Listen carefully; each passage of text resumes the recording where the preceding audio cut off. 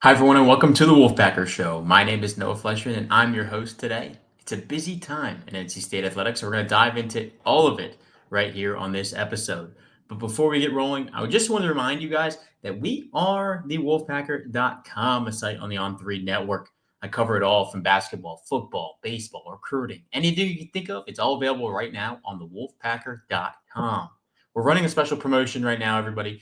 New subscribers only, but it's $1 per week for your first year on this site. It's one of the best specials we run during my time here at the Wolfpacker and on 3. So make sure you take advantage of it right now before it goes away. Remember, that's $1 per week for your first year. It automatically kicks in at checkout. So go make an account, go check out, go subscribe to thewolfpacker.com. You get everything on the site for $1 for an entire week. That's premium articles. That's scoop on the recruiting trail. That's analysis. That's intel on the team. That's our premium message board. We're building a big community over there, and I want you to be a part of it with us. But as I said, a lot has happened since we've had our last episode of the show. Men's basketball went on a 98 losing streak, snapped that against Boston College over the weekend. They play North Carolina tonight as we record this introduction. That'll be a big one in the winter wonderland that it is outside here in the Triangle. Women's basketball in the middle of a tough stretch, facing number 20 Georgia Tech on Thursday night before it hosts number 1 Notre Dame and College game day on Sunday. We're going to get all into women's basketball in just a moment. Football, meanwhile, they're about to get going. Spring practice starts on Tuesday. I'll be out there on the practice fields bringing all the premium observations from what I see, offense, defense. We'll hear from Dave Doran and some players afterwards as well. So make sure you're tuned in on the site. Premium football scoop coming soon with practice kicking off on Tuesday. Recruiting trail's been hot as well for NC State. They've locked in nearly 24 official visitors for June. That's all covered on the Wolfpacker.com. Scoop on who's coming, where NC State stands with each recruit. Some I feel better than others, but they're hosting a lot of guys. This will be a busy, busy month of June for NC State, who will likely pick up a bunch of commitments over the time as the 2026 class comes into focus. Oh, and Pac-9 baseball is back in action. They went to Omaha last year, their second trip in 4 years. They're looking to make that 3 and a 5 year stretch this season. It's a young team. NC State swept Fordham in 3 run rule games before it dropped its first game of the season. A 9-8 loss to Liberty in the midweek. NC State led in the ninth had 3 in the ninth inning.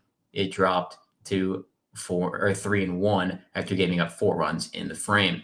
Before we get to today's special guest, Andrew Sanders, who is the voice of NC State women's basketball and baseball, this episode is presented by Roback. I want to just let you guys know Roback is one of our new partners on the show. There's only one way to describe Roback: best fit, best feel. For those who aren't familiar, they're completely changing the game with their incredibly comfortable active wear. Roback has released so many items within their new licensed game day collection, and it's our favorite with novel polo designs, clean hoodie, and quarter zip designs for some of the best out there. Nobody on the market is pairing these level of custom designs with this quality of activewear. Roback's everyday shorts or their Delta performance pants are the perfect pairing as well. They're super comfortable, have an elastic waistband, and great fabric that is made to have the appearance of a nice short look, but for comfort on the day on the move. Roback has been proudly leading the charge in the NIL space in college athletics, having signed partnerships with multiple college football stars, past and present, and are becoming the go-to brand for college athletes around the country. Use code Wolfpacker on Roback.com right now to save 20% off your first purchase. That's code Wolfpacker on Roback.com, spelled RHOBAC.com. 20% off your performance polos, shorts, and more with the code Wolfpacker. Now we'll dive into our conversation with Andrew Sanders, the voice of Wolfpack baseball and Wolfpack women's basketball.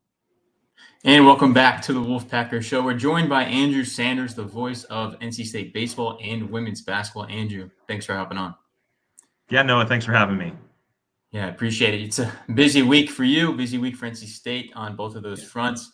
You know, baseball kicked off the season this past weekend. They play today as we record this against Liberty. You know, what were your just biggest takeaways from their run-rolling sweep of Fordham? Yeah, I'm here in the booth at the Doak, and Liberty's taking batting practice right now, so we're getting set for a pretty good midweek matchup between the Pack and a pretty good Flames team here. My takeaways from the weekend: good first impression. You only get one chance to make a first impression, our first glimpse at this team. Uh, 3 wins, can't do any better than that, and 3 run rules. So they were dominant.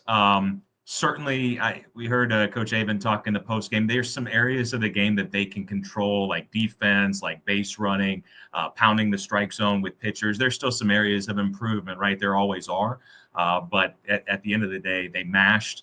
And overall, the pitching was very solid outside of that last inning, right? I think they played 22 innings, and in 21 innings, they had held Fordham to just 4 runs and then gave up a 5 spot in that final inning.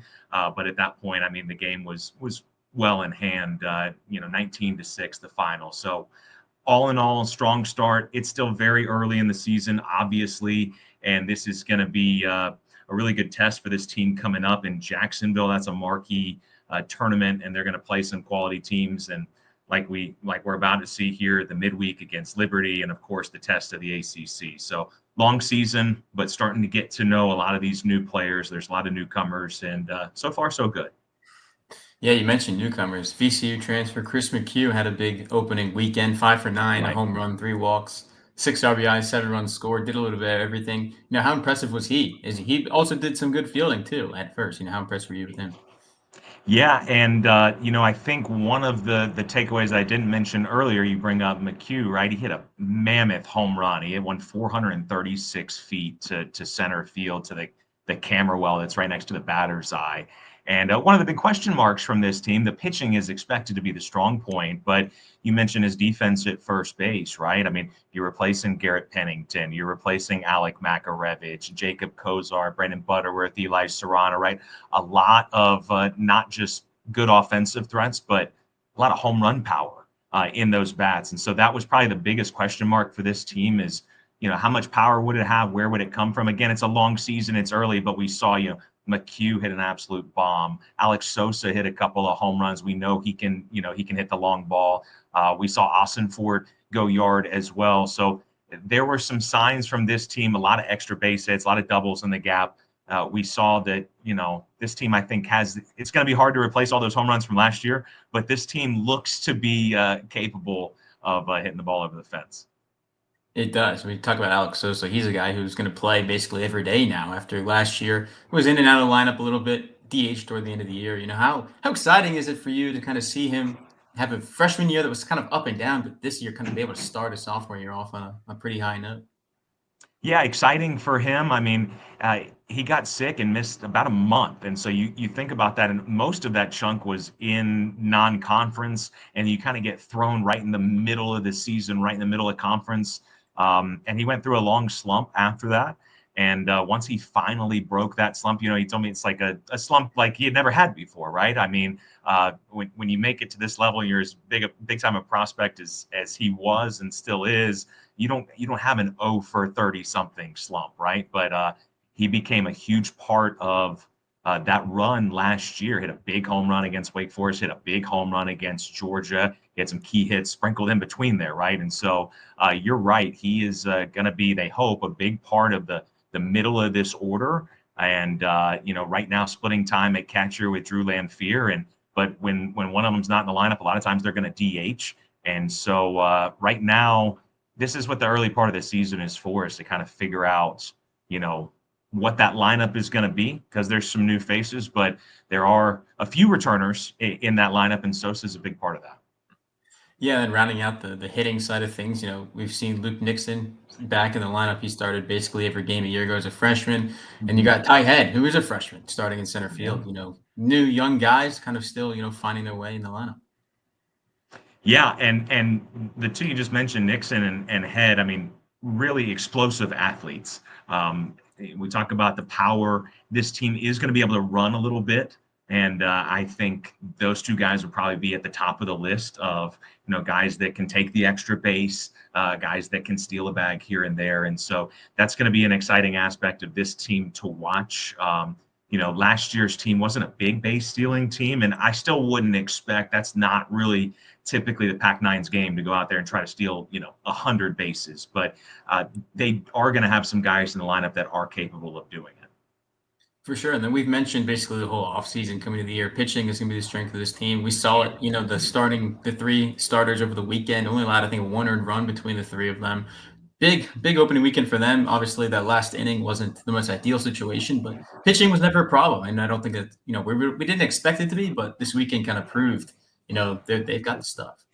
Yeah, got some quality starts. Got the first career win for Andrew Schaffner and Heath Andrews. Ryan Marone probably had the best outing of anybody. We saw Dom Fritton as the ace in that opening day role, and exciting to see what he can do in his junior year. And for the most part, when he was in the zone, he looked fantastic. Kind of the same story for Heath Andrews. So again, I kind of alluded to it earlier. Coach Avon still wants him to throw more strikes than maybe they did in that first weekend. But all in all, you got a glimpse of what could be a pretty special pitching staff. I mean, they used 4 pitchers in a doubleheader on Friday, so that's pretty good. I didn't mention Cooper Consiglio; he was also sharp. And then, not to make any excuses, but the reality is it was 19-1. It was like 40 degrees, and it had been raining off and on, like not ideal conditions to come in and pitch. And give some credit to Fordham too, right? Like the bats have been pretty quiet to that point. They were able to hit a couple home runs in the last inning, and so all in all, we didn't see everybody out of the pen yet. It's only been 3 games, but good first start. Like I said, good first impression. For sure. And we saw Matt Wilson make his return to the Yes, mound we this did. past weekend. Expected the pitch today. How special is it to see a guy who his year ended before it really even started last year to kind of finally get back on the mound, and he threw a pretty good inning other than the first batter he saw. Yeah, and he said post game, like gave up a home run on the first pitch. Like, of course, like some adversity, but for a guy that's overcome a lot of adversity, struck out the side after that point, and that's what you kind of expect to get from him. Is just he's going to be even keel, he's going to be steady, a veteran, and a lot of the guys on this team have said, he's kind of like a big brother to them. He's really mentored guys and taken them under his wing, and it's just awesome to see him back out there on the mound. He's meant so much to this program. When he came in as a freshman in 2020, they told me he's, going to be in the weekend rotation right away as a freshman, and he's going to do huge things for this program. And he has absolutely done that. And just great to see him back and healthy. And yeah, I can't say enough about Matt Willitson as a person, not to mention a player. And then the fact that he's going to pitch in front of us here and get the start against Liberty here in a couple hours. Really excited what he's going to be able to do, because that's what we're used to seeing him, right? Is in that starting role. For sure, yeah, most definitely. He was expected to be a starter last year before he went down with an arm injury. Baseball's got a big weekend this weekend in Jacksonville. 3 teams that are going to provide a pretty big test. Liberty will again today on Tuesday as we record this. What are you looking forward to just against the little step up in competition after they kind of were able to, play Fordham, who isn't a bad team, but they're also not, a team like Coastal Carolina or Alabama that they'll see this weekend. Yeah, I mean, the reality is Fordham was picked towards the bottom, and preseason expectations, you know what I mean? They're not always accurate, but Fordham is expected to be improved this year, but still towards the bottom of the A10, which is a good conference. But yeah, you want to see this team be tested. Last year they went out to Hawaii and got tested, far from home against a good club. Not quite so far on this trip, but going down to Jacksonville. That's an exciting tournament. It's great to be invited to tournaments like that because you can kind of find out where you are early. If you drop a game or two, does it hurt your numbers a little bit? Sure, but in the grand scheme of things, it's a long season. What you do in the heart of ACC play is largely going to determine, your fate and where you're seated. Hopefully in the NCAA tournament. So I don't think it hurts you a whole lot if you drop a game or two, but it can certainly help you confidence wise and kind of find where you are. And I like that they're going to have that kind of early season test. For sure. Now we'll switch gears to women's basketball. Another big test coming this week for that team as well. They just lost at North Carolina by 1, a game that went down to the end on the last possession. Isaiah James couldn't get a shot off, but they have a quick turnaround. Play at Georgia Tech on Thursday and then host number 1 Notre Dame on Sunday. Big week, Andrew, but this is a big stretch. 6 games, 5 ranked teams. They started off 2-0 in this 5-game stretch. They're currently sitting at 3-1 with these 2 games to play. What have you kind of seen from this team through this toughest stretch of maybe any college basketball team we've seen this year. Yeah, I mean that's life in the ACC. Just like we're talking about baseball, like women's basketball is the same, where it's so difficult. And going into the month of February, you knew that this particular stretch, not to look past the games towards the very end of the schedule, but that stretch you have 5 games against ranked opponents out of 6, and the one that was unranked was Miami, who's plenty good enough to beat you at home if you don't play your A game, and almost did, right? That game came down to the wire, but yeah, win over Duke, win at Florida State, win against Miami to be 3-0. And Coach Moore kind of reminded everybody at the start of that stretch, like, hey, remember last year went through a similar type of stretch, lost a couple games. And it was tough, but didn't panic, and obviously we're able to rebound, no pun intended, right? And go to the Final Four. Like there's still everything on the table, and so we're off to a tremendous start with a big win over Duke, and then as well as they played at Duke, the defensive output was not quite what Coach Moore was looking for. That might have been their most complete game of the year at Florida State. And that's a really good team. They were the best scoring offense in the country. And to hold them to 74, but more impressively, to score 97, you see, okay, this is kind of what this team is capable of. And my takeaway so far, and I've seen it consistently this year, when this team is playing at its best, at its absolute ceiling, its A game, whatever you want to call it, um, really, really good. Like enough to, beat some really good teams by 20 or 30. They did it against Louisville. They did it at Florida State. There's been some examples of some times with this team where you say, wow, I mean, that's elite. They've also been inconsistent at times, particularly on the defensive end. I think typically they're able to score it, although I know they had a 4-point quarter in the second quarter. Hadn't seen anything like that in Chapel Hill on this weekend. But I think that you're right. This is a very tough stretch. That's a really tough way to lose. I mean, they were up, 6 with about a minute 45 to go, up 65-60, and with about 75 seconds to go, and to lose 66-65. And there's no other way to cut it. That's a really tough loss.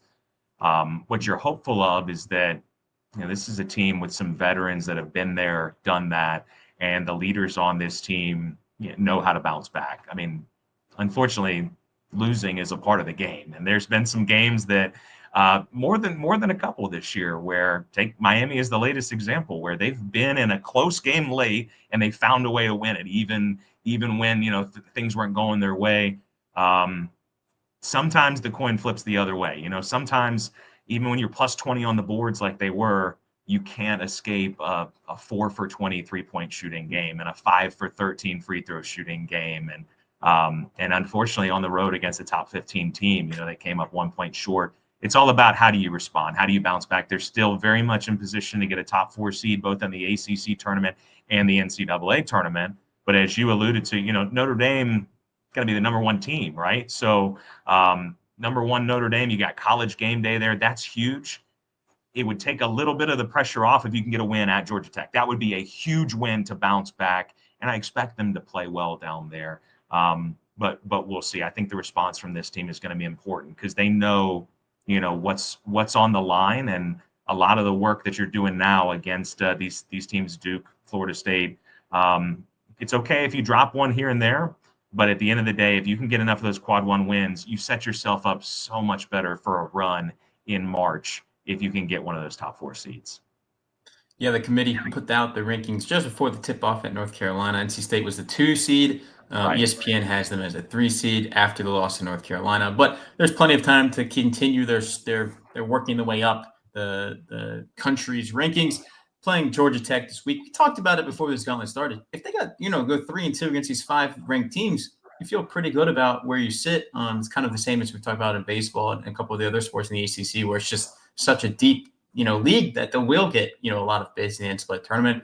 Georgia Tech is next up, and then we've talked about Notre Dame the whole time. That's probably going to be one of the most talented guard, lineups in the country between the 2 teams combined, with the amount of, talent on the floor.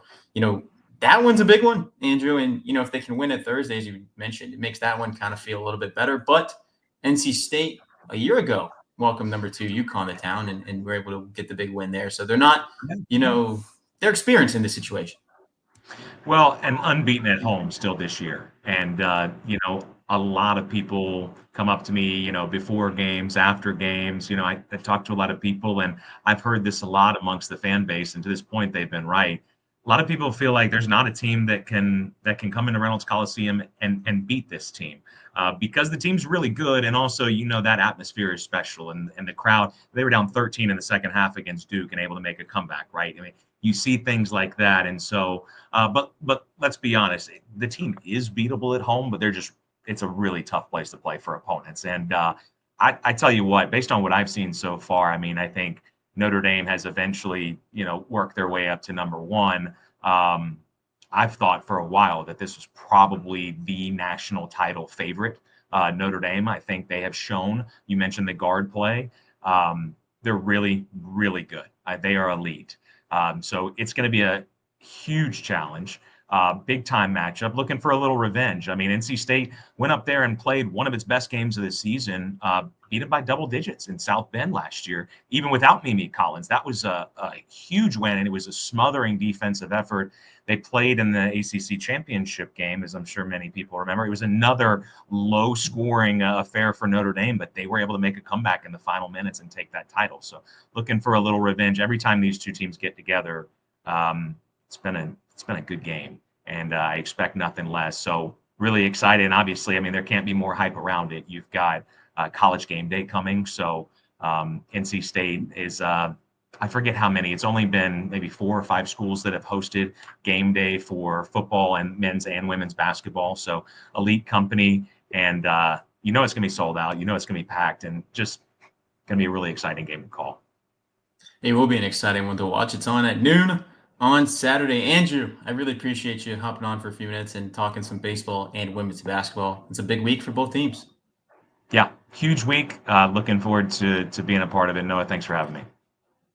I hope you enjoyed our conversation with Andrew Sanders. He had a lot to say about NC State baseball and women's basketball. Big week for both teams this weekend, as we talked about women's basketball on the road at Georgia Tech on Thursday night before hosting number one Notre Dame and the Irish with College Game Day too on Sunday afternoon. Baseball, meanwhile, in Jacksonville, looking for some big wins. They'll play Ohio State, Alabama, and Coastal Carolina, looking to pick up some big wins to get this season rolling. They're 3-1 heading into the weekend. Men's basketball has a good week for themselves as well, looking to keep the winning ways going, hosting or traveling to North Carolina on Wednesday night as we record this tonight in the snowstorm that we've got in the Triangle. A few inches of snow hitting the ground this afternoon, and then they'll host Wake Forest, another game in the interstate rivalries. That one on Saturday afternoon at the Lenovo Center. A big opportunity for NC State men's basketball to not only win, but win games they aren't really, going to be favored to win. They're a 9.5-point underdog against the Tar Heels tonight, according to FanDuel.com. You can check out the board, by the way. We have a promo running right now with FanDuel. You can get bonus bets and get that rolling. It's all on the board right now. Go check it out. But 9.5-point underdogs today against North Carolina. Then they'll play the Demon Deacons, as we said,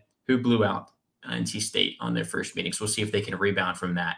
We'll have it all covered next week on the Wolfpacker Show. Football kicks off practice Tuesday. We'll have a special episode talking everything NC State football and the new team that will be on the field. CJ Bailey looking to make things happen in his sophomore year. A lot of new guys on the roster as well. We'll have it all covered for you right here on the Wolfpacker.com and on the podcast. So make sure you not only check us out here, but check us out on the website. Subscribe today. Remember, $1 for the $1 a week for your entire first year on the Wolfpacker.com. All new subscribers, please go check that out. Automatically kicks in at checkout. Appreciate you guys. We'll be back here next week, planning on a Tuesday episode. Might go into Wednesday. We'll see what happens. We'll keep you updated on the board with everything going on. But we'll talk NC State football. We'll talk about basketball. We'll talk about baseball. We'll talk about it all next week. It's going to be a busy time. We'll see what happens this weekend with both men's, women's basketball, and baseball. Appreciate you listening. Make sure you check out the Wolfpacker.com for all your NC State scoop. We'll see you next week.